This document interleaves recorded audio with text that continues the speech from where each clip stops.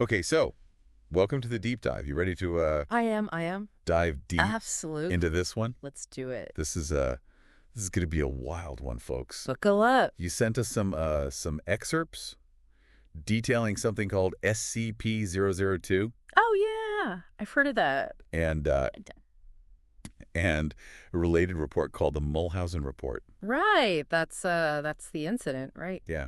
And we take all your submitted sources, we pull out the most interesting and most important, The juiciest bits. the juiciest bits, Yeah. and try to present them for you in a way that is Hope entertaining Mm, and hopefully, digestible. yeah, Yeah. digestible and A thought-provoking, little unsettling. and yeah, a little It's unsettling. definitely something. This is definitely in that category. For sure. So SCP-002 is described as this, It's an object, right? yeah, roughly 60 cubic meter object. Okay. So picture like a decent-sized room Okay, I can picture that. that fell from orbit. It fell from where? Orbit? Space. This thing came from space. And landed in a crater in northern Portugal. Wow. But here's the thing. Okay. It was encased in rock. Encased in rock. Yeah, like it was like Like a meteorite? a meteorite, but bigger. Way bigger. And encased in rock, you said. yeah. Not just like a rocky exterior, it was fully encased. Yet it had to be like It's so strict. dug out. Yeah. And it wasn't like some, super sophisticated detection system. That found this thing. Right. It was a farmer A farmer. just going about his day. Just, tending his fields. Yeah, doing his thing. And Wow. and what brought it to the attention of the authorities was this small radioactive anomaly. Okay. So, radioactivity often signals Right. unusual materials or Right. processes, right? It's a sign that something's not right. Yeah, so it's kind of like a beacon. Yeah. Saying like, hey, something weird is here. So, what jumps out at you right away about that? Well, the fact that this thing, first of all, just the sheer improbability of it, something falling from space, encased in rock, that's already bizarre. But then the fact that it was found by a farmer, not by scientists or some, government agency. Just this ordinary guy going about his business, it's almost like fate, Yeah, it's like it was meant to be discovered. Yeah, almost. So our mission today Yeah. is to try to figure out what SCP-002 is, Okay. what happened during this discovery, Right. and why the containment procedures around this thing are so intense. Yeah. So we're going to try to unpack all of that for you today. Pull it all out. Let's start with the object itself. The Yeah. description is, Is it pretty straightforward? well, it's pretty visceral. Okay. They call it a tumorous, fleshy growth. Ooh. Yeah. Yeah, that's not a pretty picture. So right off the bat, you've got this pretty disturbing mental image. Definitely. But then, jarringly, there's an iron valve hatch An iron valve hatch. on the side of this thing. So like a metal door Yeah, like a, on this fleshy thing. yeah. That's so weird. So you've got this contrast between Mhm. this organic, Yeah. almost diseased Mhm. exterior Right. and then this like mechanical thing Yeah. bolted onto it. Because like something's trying to get in or out. Right. What does that suggest to you? Well, it's like you said, it's a stark contrast. You've got this organic, almost living thing, and then this very artificial mechanical hatch. It makes you wonder, was the hatch part of the original object, or was it added later? And if so, by who? And what's on the other side of that hatch Yeah. is even more perplexing. Oh, I bet. It's a standard low-rent apartment. What? Yeah. Like a regular apartment? Modest size, they say. With like a couch and a TV? Even a window. Hold on, a window. Yeah.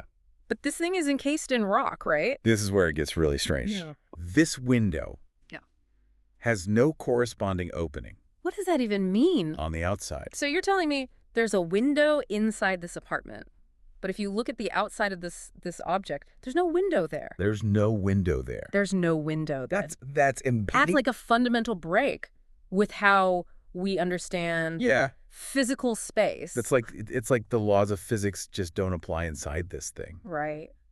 What are the implications of that? Well, it suggests that whatever's going on inside this apartment, it's not bound by the same rules as the outside world. It's like its own little pocket dimension or something. It's really mind-bending. And then there's the furniture Okay. inside this apartment. What's so special about the furniture? It's described as sculpted bone, Sculpted bone. woven hair, Like human hair. and other biological substances. Oh, God. Can you imagine walking into a room where the chair is literally made of bone? That's horrifying. It's like something out of a nightmare. Yeah, it is. And testing reveals fragmented DNA sequences. Fragmented. Yeah, like, So not from a single source. no, not from a single source What? for each item. So it's like this thing is made up of multiple people. It's like this entity is constructing its interior Yeah. using organic matter Right. in this truly That's alien disturbing. and disturbing way. What could it possibly want with human DNA? That's a good question Yeah. that we're going to try to get to. So let's talk about the containment procedures, Okay. because this isn't your standard lock it in a vault Yeah. situation. Right. This thing has to be connected to a power supply What? at all times, What? almost as if it has this constant need for energy. Like it's feeding on it. And if the power goes out, Huh. it's an immediate lockdown Oh, wow. with X-ray and UV light bursts. It's right. And UV. What are they Yeah. trying to do? Kill it. It sounds pretty serious, right? Yeah, it sounds like they're really afraid of this thing. So what do you think the power supply is for? I don't know. It's weird. It's like it needs this energy to survive, maybe to maintain its internal environment, maybe to prevent it from growing or spreading. I don't know. It's creepy. And the X-ray and UV light. Well, those are often used for sterilization, right? So maybe they're worried about it being some kind of biohazard, or maybe those wavelengths disrupt its function somehow. I mean, it makes sense to have a fail-safe, but it's still pretty scary. They also maintain negative air pressure in the containment area. Negative air pressure. Why would they do that? Why do you think? Well, if it's as biological as it sounds and it can incorporate organic matter, maybe they're worried about like airborne particles, like some kind of contagion. That's a good point. It's like a super biohazard. And the personnel requirements are just as unusual. Okay, what do they have to do? Minimum 2-person teams. Okay. Mandatory physical contact Physical contact. while in proximity. Like they have to hold hands? Pretty much. That's strange. It's like they're worried about something beyond just physical danger. Right. What do you make of that? Well, the documents mention that being close to this thing can mess with your perception. Like it can dull your senses or even influence your thoughts. So maybe the physical contact is a way to like ground each other, to make sure they're still in touch with reality. It's like a safeguard against mind control or something. It's pretty unsettling. Yeah.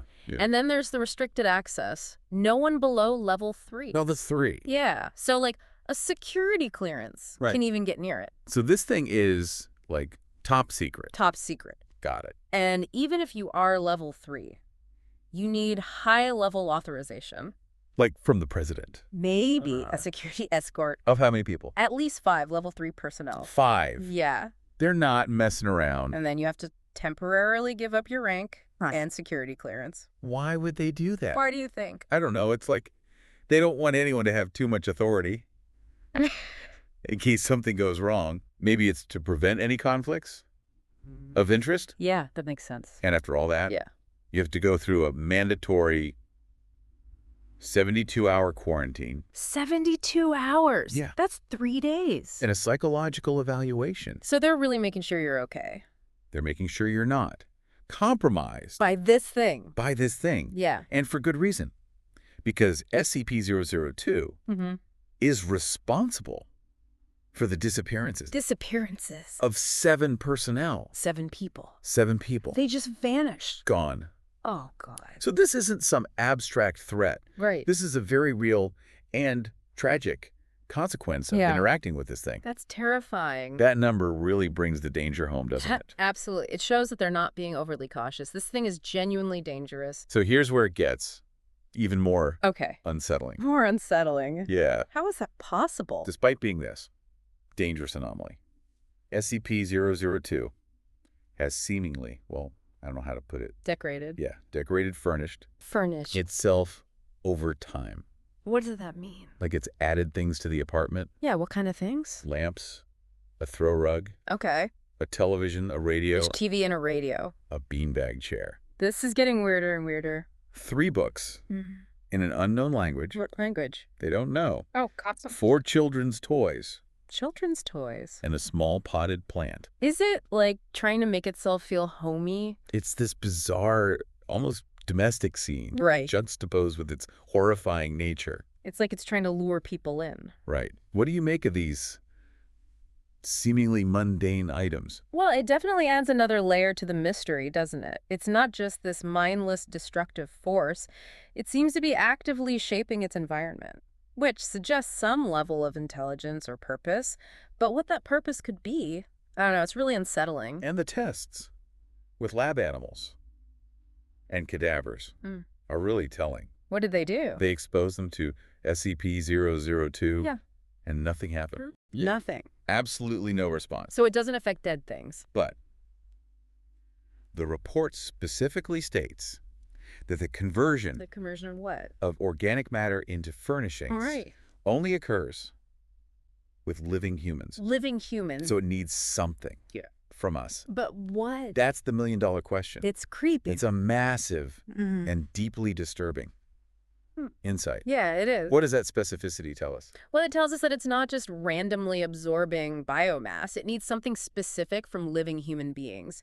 Maybe it's some kind of life force or consciousness or something we don't even understand yet. Yeah. But whatever it is, it's essential for this thing to create its furniture. All right, so let's move on to the Mulhausen report. Okay. This document really sheds some light on how this whole terrifying situation began. All right, I'm ready. So SCP-002 falls from the sky in Portugal, encased in rock, right? Right. A farmer stumbles upon it. And a radioactive anomaly. Right, that's how they found it. That's how they found it. What? Alerts the authorities. Makes sense. So General Mulhausen leads the initial investigation. Okay.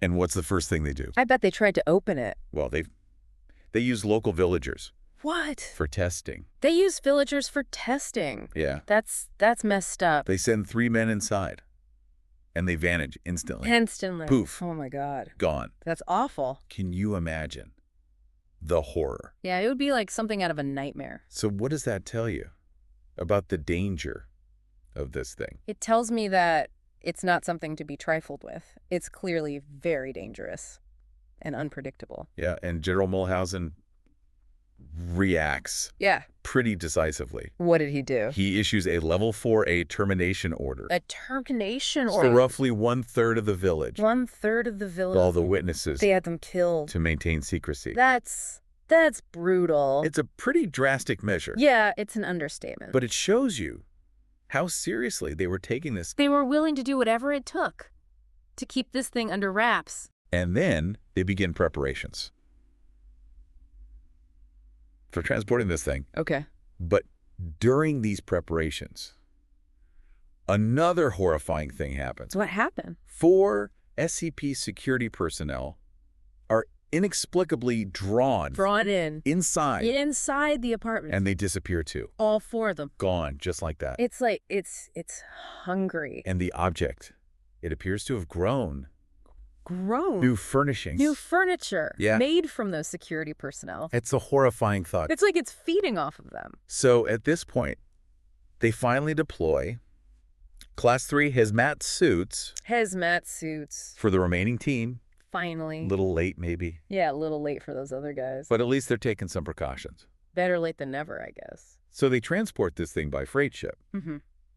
And the report includes some Redacted. information, like data expunged, They blacked it out. blacked it out, Why would they do that? followed by the mention of the termination of General Mulhausen. I killed him. We're not given specifics, but it really implies Yeah. that something catastrophic happened. Like a containment breach. Maybe. Or something even worse. It's definitely disturbing. Yeah. And they're clearly trying to cover it up. That's never a good sign. So the report concludes, with SCP-002 being resecured in its current classified location, with significantly stricter protocols implemented. Okay. Now they require approval from 2 Level 4 staff members. 2 level 4. Just for Level 3 personnel to gain access. Wow.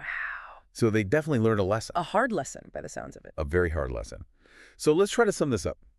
For you, Okay. we're dealing with a seemingly sentient biological object that came from space. Right. It has this deceptively mundane apartment interior, but it transforms living humans into furniture. It's horrifying. And to really drive that point home, it doesn't just take any organic matter. It specifically targets living human beings It needs us for something. for this bizarre process of furnishing. It's like some kind of cosmic parasite. So here's a final thought for you to ponder. Okay.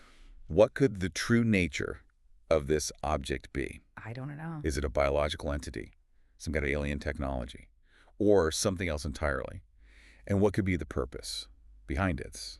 Strange and deadly. Yeah. Interior design. That's a lot to think about. Yeah, it is. Thanks for taking this deep dive with us. Yeah. And we'll see you next time. See you next time.